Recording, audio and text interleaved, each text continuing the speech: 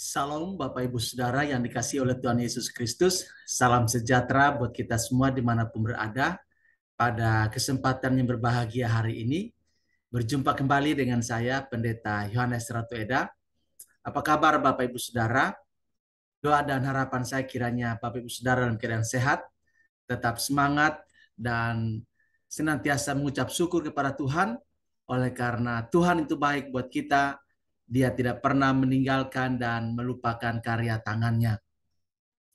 Bapak Ibu Saudara yang dikasihi oleh Tuhan Yesus Kristus, pada kesempatan yang berbahagia hari ini, saya akan menyajikan sebuah topik yang tentunya sangat penting, menarik, kontekstual, dan relevan dengan situasi dan kondisi yang terjadi di tengah-tengah kehidupan kita.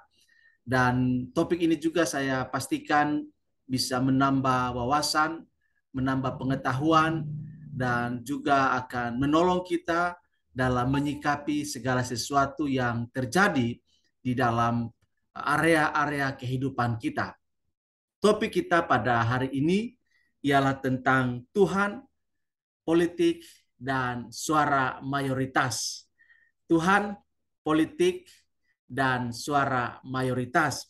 Firman Tuhan yang akan saya bacakan untuk kita terambil dari 1 Raja-Raja pasal 22 ayat 13 sampai 14. Pertama Raja-Raja pasal 22 ayat 13 sampai ayat yang ke-14. Demikian firman Tuhan. Suruhan yang pergi memanggil Mika itu berkata kepadanya, "Ketahuilah, nabi-nabi itu sudah sepakat meramalkan yang baik bagi raja. Hendaklah engkau juga berbicara seperti salah seorang daripada mereka dan meramalkan yang baik." Tetapi Mika menjawab, "Demi Tuhan yang hidup, sesungguhnya apa yang akan difirmankan Tuhan kepadaku, itulah yang akan kukatakan." Demikian firman Tuhan buat kita pada kesempatan ini. Judul yang sudah saya sampaikan tadi yaitu Tuhan, politik, dan suara mayoritas. Nah, Bapak Ibu Saudara yang dikasihi oleh Tuhan Yesus Kristus, dalam berbagai event atau berbagai perhelatan yang dilakukan atau diselenggarakan, baik dalam konteks pemilihan ketua RT, juga dalam konteks pemilihan yang lebih luas, legislatif, yudikatif, dan berbagai elemen yang tentunya akan membutuhkan suatu suara mayoritas untuk menetapkan seseorang menjadi pemimpin puncak atau pemimpin tertinggi dalam sebuah organisasi. Nah, Bapak Ibu Saudara yang dikasihi oleh Tuhan Yesus Kristus, hal itu bukan saja berlaku bagi event atau sebuah pesta politik, tetapi juga dalam dunia gerejawi, dunia rohani, suara mayoritas juga sangat dibutuhkan. Misalnya dalam pemilihan ketua daerah, ketua wilayah, atau ketua sinode, juga dibutuhkan suara mayoritas bagi calon-calon yang akan diusung untuk dipilih menjadi pemimpin.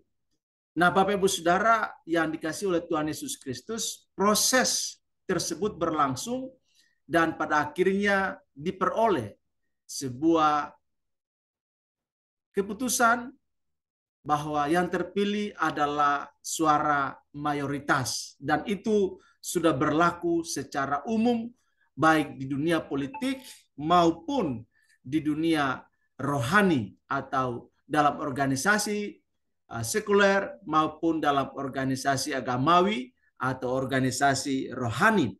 Nah, Bapak Ibu Saudara yang dikasihi oleh Tuhan Yesus Kristus, ada satu slogan yang acap kali mengemuka atau muncul ketika pesta demokrasi atau pemilihan umum itu diselenggarakan. Slogan tersebut ialah suara rakyat adalah suara Tuhan.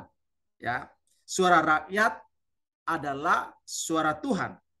Nah, istilah tersebut sesungguhnya berasal dari bahasa Latin, yaitu Vox Populi Vox Dei, ya, yang tentunya ini sudah mendunia, sudah diterima secara global bahwa Vox Populi Vox Dei ini menjadi satu slogan yang diterima di seluruh dunia. Memang pada mulanya istilah tersebut lebih dikenal dalam dunia peradilan, ya, atau pengadilan, di mana para hakim dianggap sebagai wakil Tuhan atau merepresentasikan Tuhan di muka bumi ini. Oleh karena itu, setiap keputusan para hakim harus mencerminkan rasa keadilan, ya. Nah, agar keputusan hakim mendekati keadilan yang sesungguhnya, maka para hakim harus memahami benar suara rakyat terbanyak. Hakim yang membawa aspirasi masyarakat luas dianggap mengusung suara Tuhan. Dan dalam perkembangannya istilah tersebut menempel ke panggung politik, ya. Menempel ke panggung politik sehingga kehendak rakyat mayoritas akan sangat menentukan dalam suatu mekanisme proses politik. Walaupun sebenarnya suara terbanyak belum tentu suara yang benar dan yang terbaik. Nah, Bapak Ibu Saudara, kita tahu betul dalam beberapa tahun yang lalu ketika Ahok dianggap sebagai tokoh yang telah menistakan agama dengan istilah yang pada saat itu begitu menggema, di mana Ahok menggunakan Al-Maidah yang begitu menimbulkan reaksi yang sangat luar biasa, sehingga proses pengadilan Ahok itu betul-betul mendapatkan perhatian publik dan demonstrasi yang luar biasa. Sehingga hakim di pengadilan pun mau tidak mau, suka atau tidak suka, mendapatkan tekanan dari massa pada saat itu. Sehingga keputusannya Ahok dinyatakan melakukan tindakan penistaan agama dan dijatuhi hukuman penjara. Nah, Bapak Ibu Saudara yang dikasihi oleh Tuhan Yesus Kristus, walaupun banyak orang menganggap bahwa keputusan itu lebih kepada keputusan politik, bukan didasarkan pada keadilan hukum. Tetapi begitulah proses yang terjadi. Sehingga kalau kita lihat bahwa hakim itu menjadi representasi dari suara Tuhan, menjadi satu pertanyaan yang besar bagi kita. Nah, Bapak Ibu Saudara yang dikasihi oleh Tuhan Yesus Kristus, itulah yang terjadi dalam bacaan firman Tuhan pada pagi hari ini. Bahwa Raja Ahab, pada saat Raja Ahab dan Raja Yosafat mau berperang melawan bangsa Aram, Raja Ahab mau supaya niatnya diramalkan atau disetujui oleh para nabi pada saat itu. Ya. Ia tidak bergantung kepada apa yang Tuhan kehendaki, apa yang Tuhan mau, tetapi bergantung pada suara 400 orang nabi-nabinya pada saat itu. Nabi-nabinya mengatakan, majulah, Tuhan akan menyerahkannya ke dalam tangan raja. Padahal nabi-nabinya dalam berbuat sudah sepakat hanya untuk menyenangkan hati tuannya raja. Ya, hati tuannya saja. Raja Yosafat kurang yakin dengan nubuatan 400 nabi-nabi tersebut. Dan ia minta dicarikan nabi yang lain. Dan pada saat itu dipanggillah Nabi Mika. Nah, Bapak Ibu Saudara yang dikasihi oleh Tuhan Yesus Kristus, Raja Ahab melalui suruhannya memaksa Nabi Mika untuk ikut-ikutan pada semua nabi yang telah sepakat meramalkan kehendak Tuhan bagi raja, bahwa Tuhan menghendaki supaya raja berperang. Tetapi Nabi Mika mengatakan, ia akan menyampaikan apa yang menjadi maunya Tuhan atas rencana tersebut. Di hadapan Raja Ahab dan Raja Yosafat, Nabi Mika menyampaikan sesuai firman Tuhan, supaya jangan berperang, jangan menyerang bangsa Aram, sebab hanya akan membuat Raja Ahab mati. Tetapi sekalipun demikian, Raja Ahab tetap ngotot untuk melanjutkan rencananya. Ia mengutamakan suara terbanyak dari 400 nabi-nabi palsu dan mengabaikan firman Tuhan yang disampaikan oleh Nabi Mika. Dan pada akhirnya Raja Ahab mati dalam peperangan. Apa yang disampaikan oleh 400 nabi tersebut adalah berasal dari roh dusta, kebohongan, ya, rancangan-rancangan pikiran manusia. Dan mereka semua adalah nabi-nabi palsu, ya, yang menganggap diri sebagai utusan Tuhan. Nah, Bapak Ibu Saudara yang dikasihi oleh Tuhan Yesus Kristus, apakah nabi-nabi palsu sekarang ini juga masih ada?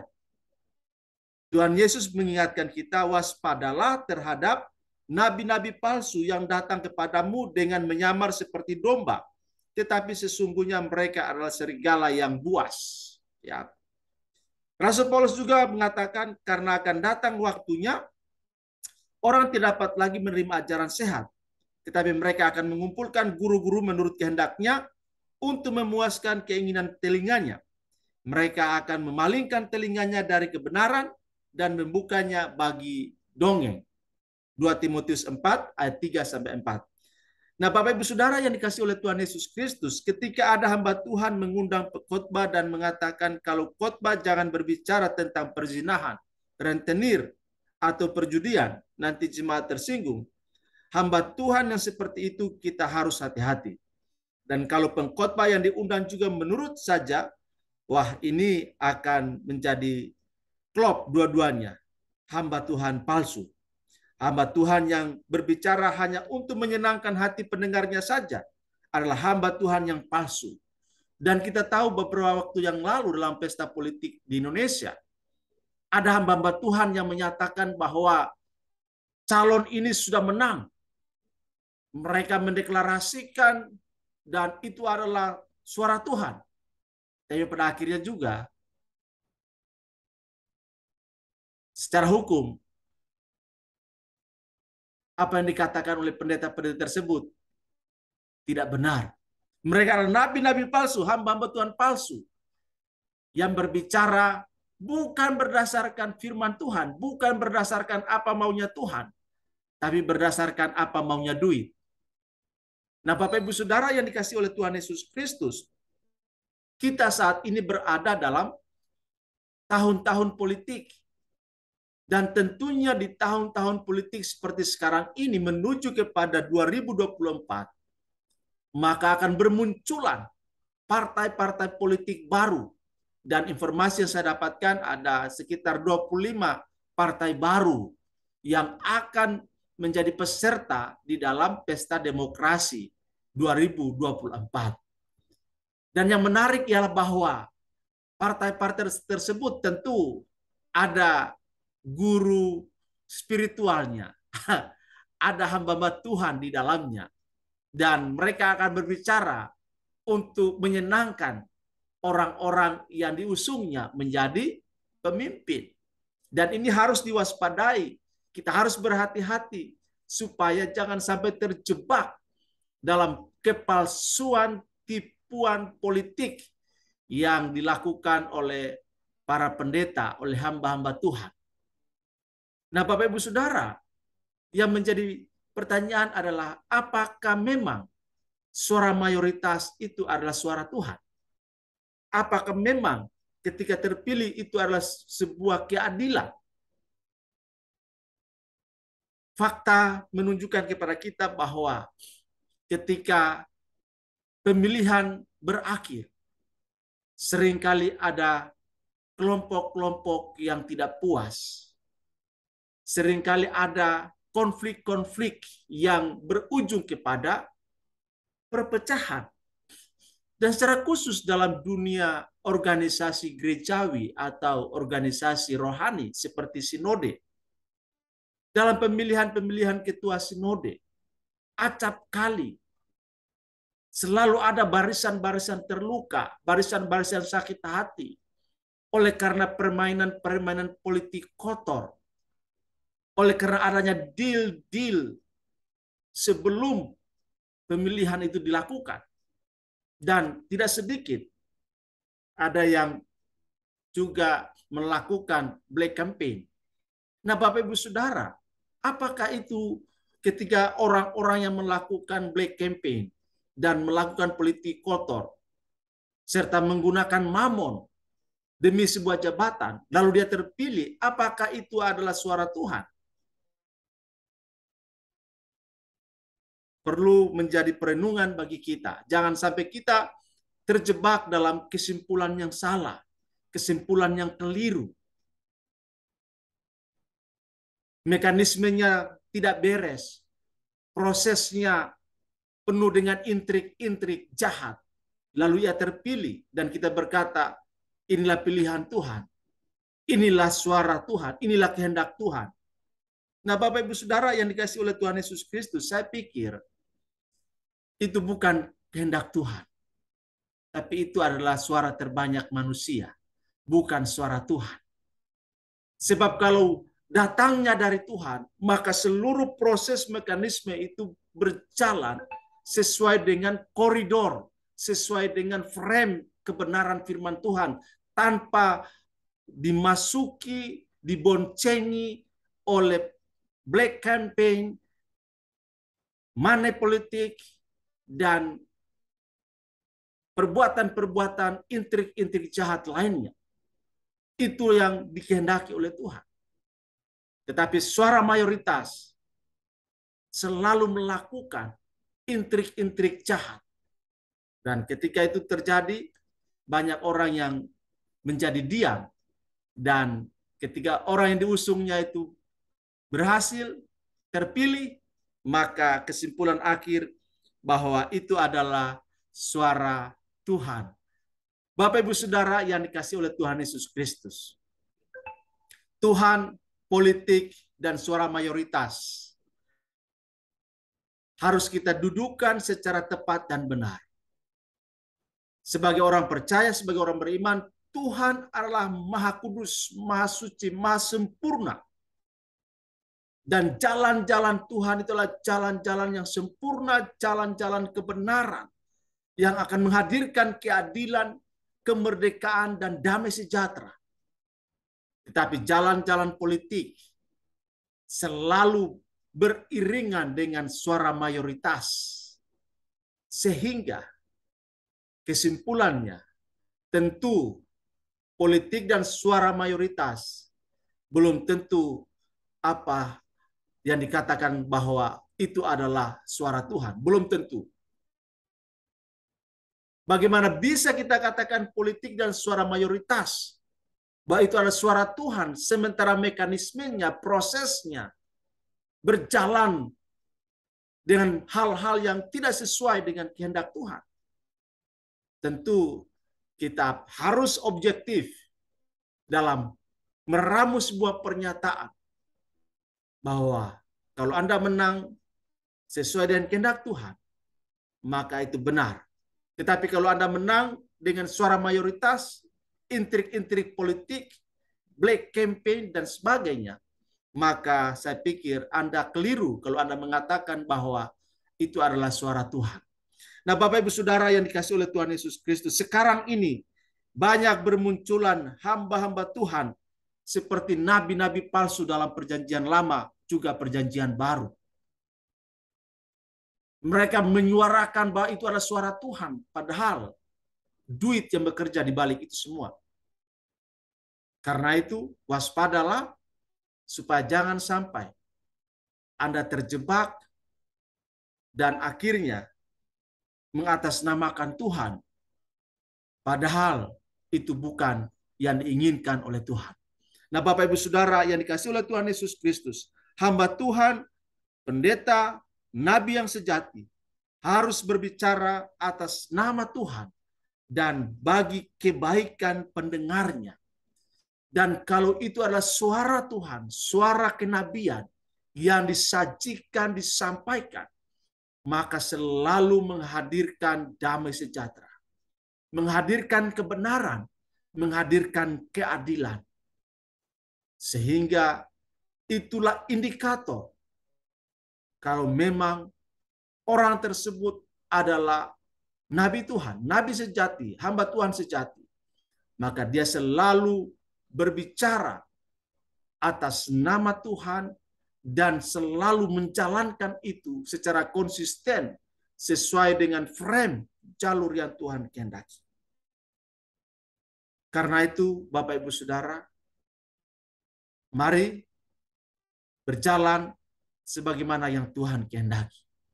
Kiranya Tuhan menolong kita ketika kita ada dalam pesta demokrasi, dalam tahun-tahun politik yang saat ini sedang memanas dan terus bergelora.